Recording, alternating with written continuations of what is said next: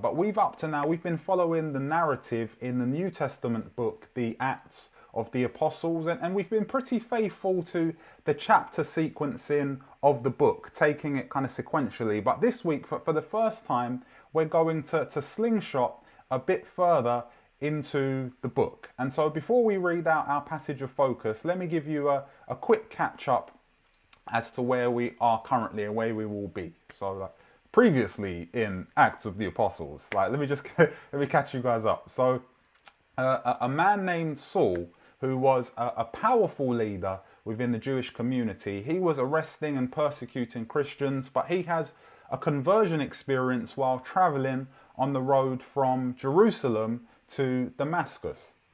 And he sees a vision of Jesus, and this causes him to totally change course. And following this experience, Saul goes to Arabia, and then he goes home to his hometown of Tarsus, and he's kind of off the grid for a period of 3 years in study and in prayer and in self-reflection. And during this time, Peter, who's one of the senior leaders in the church, Peter baptizes the first non-Jewish converts to Christianity. It's a man named Cornelius and his family. And this marks a really important point. This marks the beginning of the gospel message going to every nation and every ethnic community. And so following this, Saul, he now becomes the main focal point in the narrative. He becomes like the main protagonist in the story. And while everybody else was still suspicious of Saul because of his past indiscretions, a church leader named Barnabas goes and finds him, and Barnabas vouches for him, and he brings him along with him on mission trips to preach about Jesus. And Saul, he grabs this mission with both hands. He couldn't be more committed to it. And Saul and Barnabas become really close, like brothers, and they travel around Europe and around the Balkan region, and they're setting up house churches. And just one final point of note is at this stage in the story that Saul begins to be known as Paul.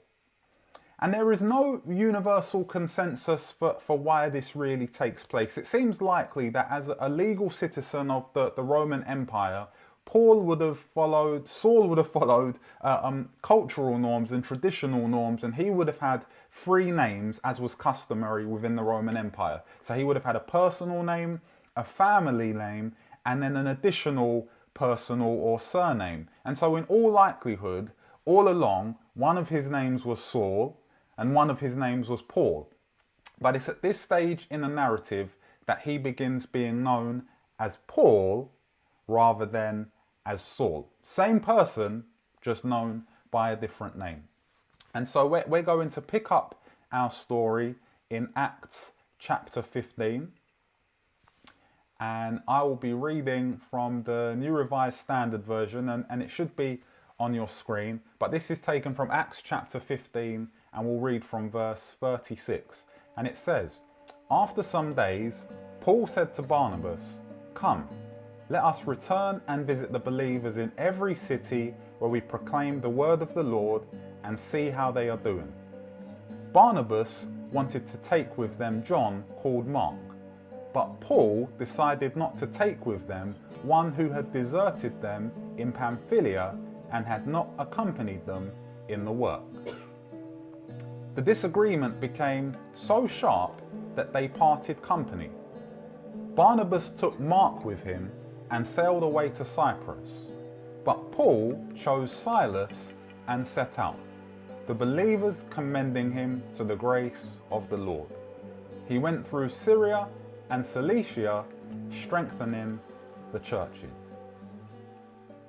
So after the apostle Peter had baptized Cornelius and his family, Peter had 2 options. He could keep it moving and head on to the next family, the next town, the next village, and keep sharing the gospel with as many people as possible. Or he can accept the invitation to stay here with this family who he doesn't really know, and in doing so, help them to feel kind of connected to the wider church community and help them to understand that church is not simply a group of people who all believe the same things, it's also a group of people who are living life side by side. And given these two options, Peter chooses to go with the latter, and in doing so, he models the value of neighbourliness.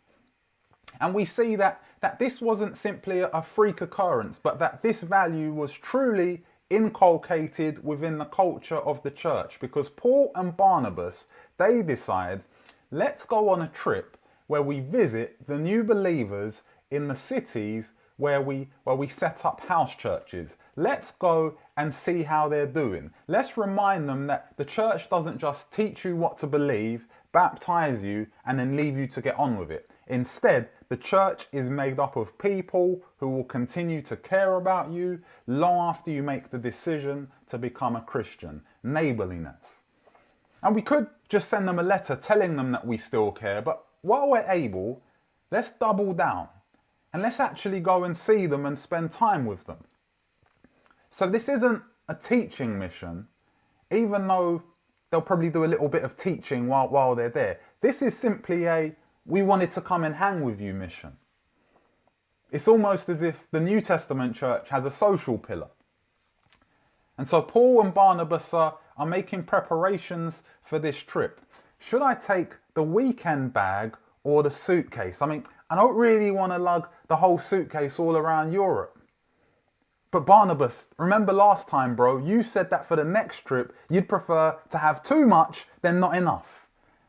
Oh, that's a good point, Paul. Okay, I'll take the case, and I'm booking the Uber to collect us for tomorrow for 3 people. What? 3 people? What do you mean? It's just you and me? No, Paul. I'd invited John Mark to come on this trip as well. I don't know if you've ever made plans to go somewhere with someone, and then at the 11th hour you find out, oh, by the way, I've also told so-and-so that they should come too. So you had in your mind a picture of how things were going to be, and now things aren't going to be that way at all. I have a friend who used to pull this trick all the time. We'd make plans to go and play pool or go and catch a movie or something, and then I'd get a message just before leaving the house, by the way, my girlfriend is coming. And I didn't have anything against her. She's lovely, she's great, but it changes the whole complexion of the plan. The whole dynamic changes.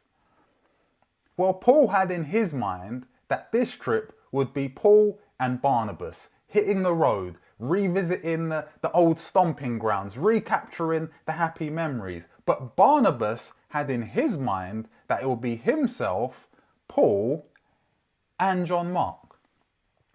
And Paul didn't have happy memories of trips with John Mark. You see, what we need to be aware of is that their previous missionary trip, it had been exciting and it had been uplifting, and they'd seen new sights and they'd made new friends who had become like family. But at the same time, it had also been really difficult. They had been challenged by people who rejected their beliefs. They had literally been driven out of cities. They had received death threats. Paul himself had actually been dragged out of one particular city, the city of Iconium, and had been stoned to the point that people thought he was dead. And it was only on account of what clearly must have been a miracle that he was later that day able to get back up and get back on job. So while these trips could be enjoyable and they could be good learning experiences, they were tough, both mentally and physically. They were dangerous. You needed to have that Iron Man mentality to be able to make it through. Because when you have people chasing you out of a city to stone you to death, you need to know that your brother has your back, that he's dependable, and that you'll get through together. And the day that you're feeling a bit low because, I don't know, you just got stoned, he's going to say to you, all will be well. God is with us and we're going to prevail. Who's tired? Never tired. And the day that he's feeling low, you can say the same to him. But Paul's experience with John Mark on their last mission trip had him doubting that John Mark had that Iron Man mentality. Paul seemed to think that he had more of a plastic man mentality. You see, they had headed to Cyprus and they did a bit of preaching, and then Paul got into a confrontation with an occultist, and then they headed to Perga, which is in modern day Turkey, and it was at this point that John Mark seemingly decided, I don't think this is for me. And he made the decision to leave Paul and Barnabas and head back to Jerusalem. In Paul's mind, he had bailed on them. In Paul's mind, he wasn't a brother that you can rely on. And so even though this is a social trip, it's a visit to say hi and to catch up, Paul doesn't want to take someone who can jeopardize the trip, someone who can compromise the integrity of what we're trying to accomplish. So we're leaving him. But in Barnabas's mind, John Mark is a young man who made a commitment to serve God and to serve the church, and it didn't work out, but he's a good kid. We should give him another chance, so we're taking him. It's a clear divergence of opinion.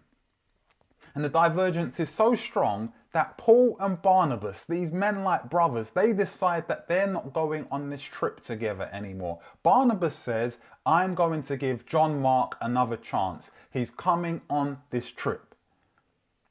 And Paul says, I'm not going on a trip with someone whose commitment to the task isn't guaranteed. I'm going on my own trip. I'm going with the brother Silas.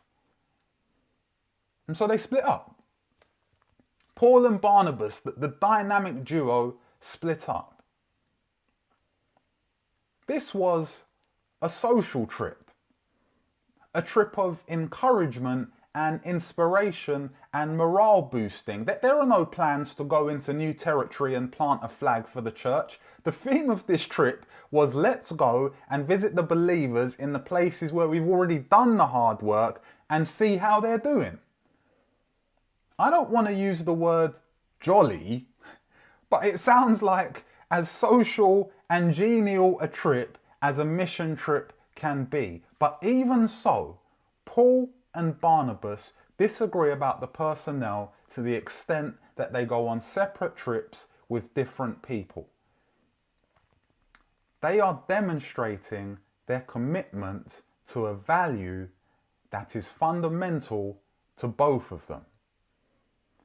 And that value is excellence.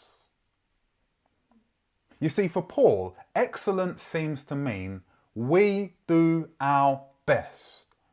We start together and we finish together.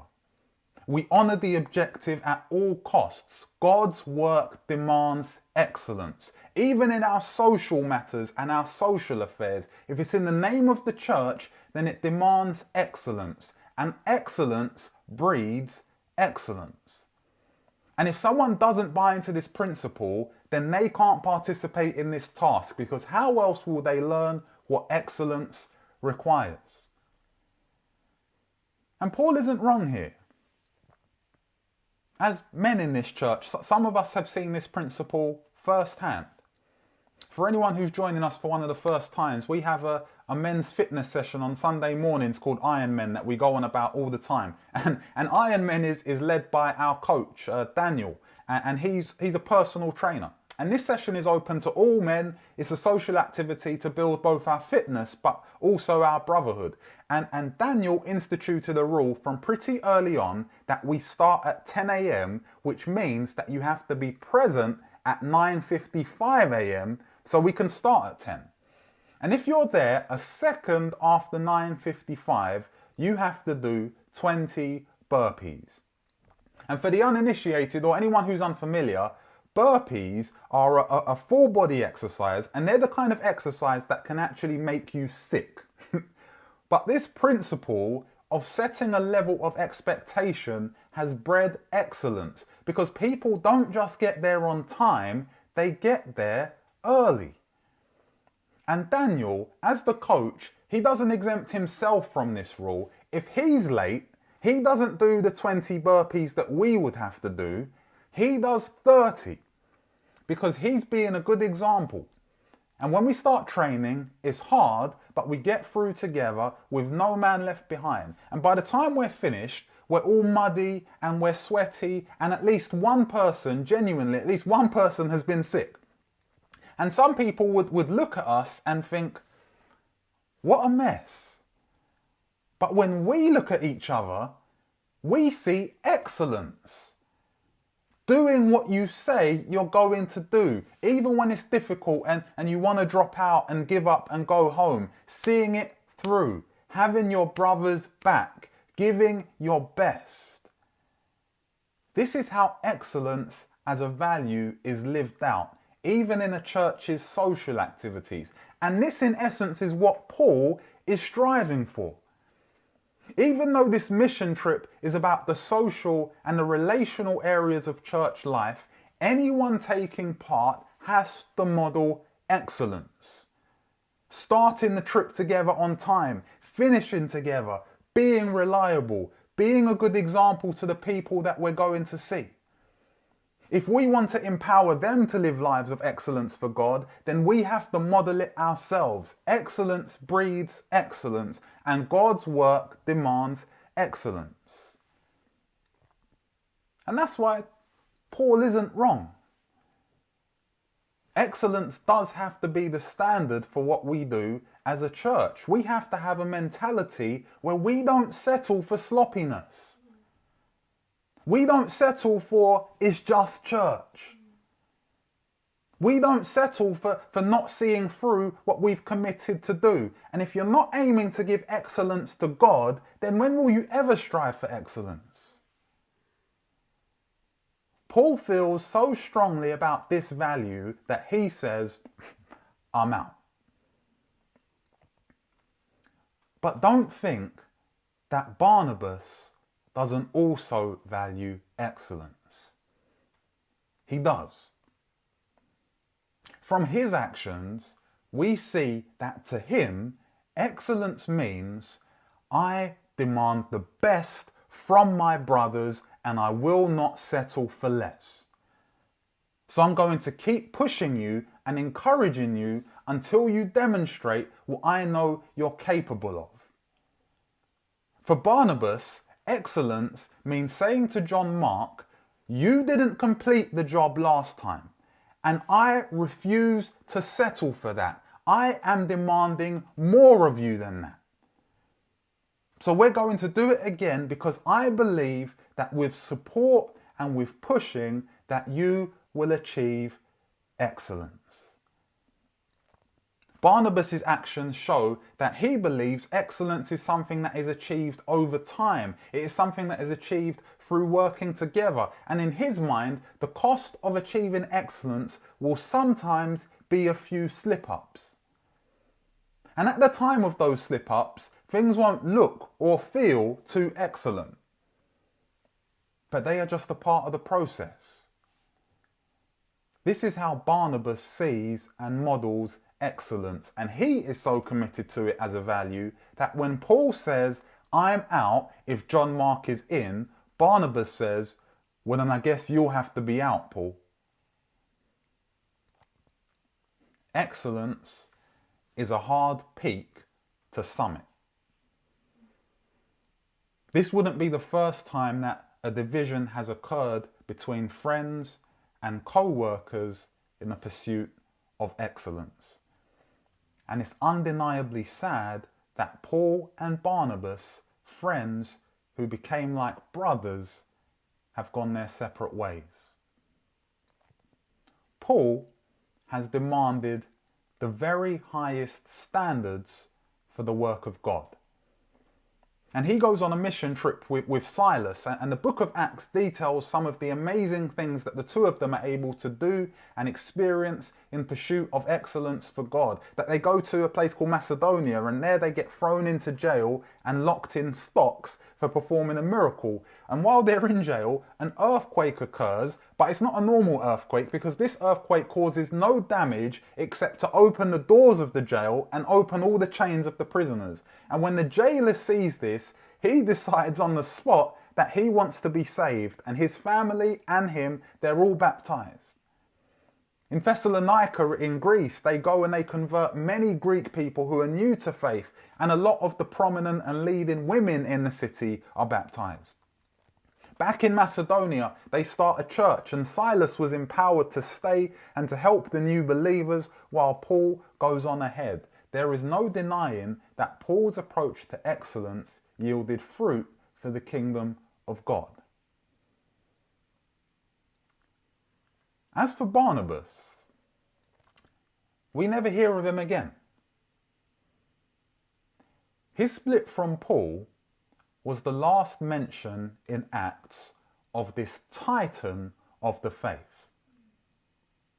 The funny thing is, the same commitment to excellence that made him not give up on John Mark is probably what made him not give up on Saul after his conversion, when people were cynical and were wary and had written him off. And that decision didn't work out too badly. But this time around, we never hear anything about Barnabas again. We do hear about John Mark again. In fact, there is pretty much unanimous consensus amongst New Testament commentators that this John Mark, who Barnabas went back for and demanded more from and pushed to achieve excellence, this John Mark became known simply as Mark.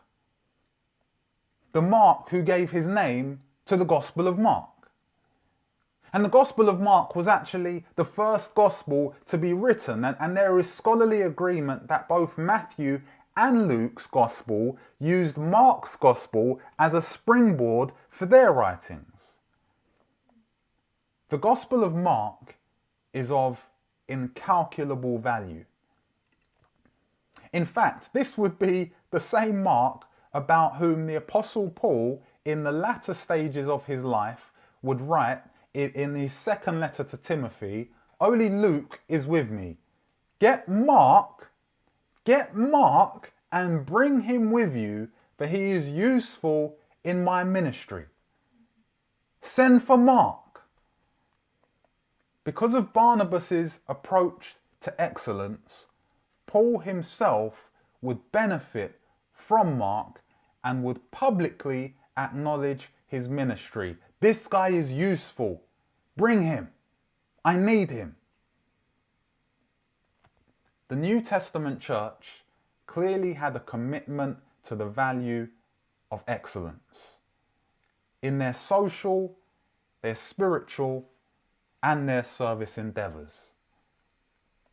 Excellence is the standard. Doing what you say you will do, showing commitment even in difficult circumstances, not giving up until we've done the task and done it to the highest standard. Paul's actions show us how seriously we should take the pursuit of excellence, how committed we should be to doing the best that we can and being the best that we can. And Barnabas's actions show us how we must marry this desire to do the best and be the best with compassion and empathy. And how we need to understand that excellence is a team sport.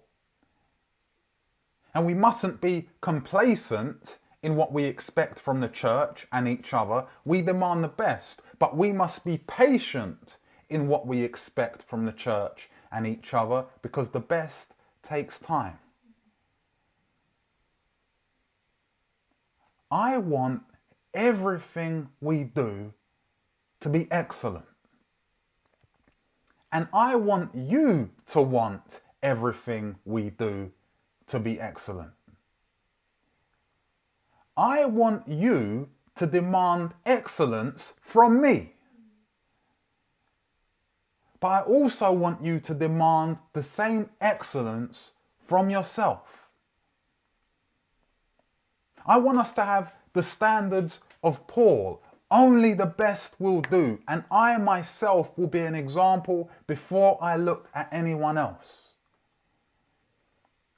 But I also want us to have the patience of Barnabas. It's not the best yet, but I believe it will be the best if I'm patient and if I'm willing to build up rather than to tear down. If I'm willing to grab this idea, this project, these sermons, these graphics, this person by the scruff of the neck and say, we can do better. I'm going to make sure of that through my energies. I'm reminded of an episode that Luke tells us about in the Gospel of Luke, the prequel to the book of Acts. And it's in the last few days before Jesus' crucifixion. And Jesus says to Peter, one of the disciples at the time and one of Jesus' main lieutenants, he says to Peter, go and arrange the Passover meal for us. I need you to set up the venue, the furnishings, the food, everything. As a point of reference, that the closest equivalent that we have to the Passover meal for the Jews would be Christmas dinner. And this is like a big project to manage. If you're project managing Christmas dinner and the venue falls through or the food doesn't materialize, it's a big problem that you will probably never live down. This meal is a big deal. Jesus gives Peter the instructions and the mandate. He knows that it's going to be his last meal with the disciples before his crucifixion. There's a lot riding on this. Jesus expects excellence. Luke tells us that Peter, together with John, who was his partner in crime, that they follow the instructions and they prepare everything the way that it's supposed to be done. The venue, the food, everything. Excellence. And then, after dinner, Jesus singles out Peter. And he calls him by his government name, Simon. And he says to him, Simon, Simon, listen. Satan has demanded to sift all of you like wheat, but I have prayed for you that your own faith may not fail, and you, when once you have turned back, strengthen your brothers. And he said to him, Lord, I'm ready to go with you to prison and to death. Jesus said, I tell you, Peter, the cock will not crow this day until you have denied 3 times that you know me. Jesus is saying, Peter, I have instilled excellence within you the 3 years that we've been friends. I expect excellence from you, and I've prayed for you. But along the way to the pursuit of excellence, you're going to mess up. And it's okay. Excellence is a hard mountain to climb. And so once you've messed up, get back up and carry on. Because I have high expectations of you. And you're going to make it to excellence, and you'll help your brothers get there too. Jesus is the ultimate Paul. He has the highest of expectations. But Jesus is also the ultimate Barnabas. Before you've even made the mistake and have dropped off, I've forgiven you and I'm encouraging you to get back up and keep going, because you're going to reach excellence.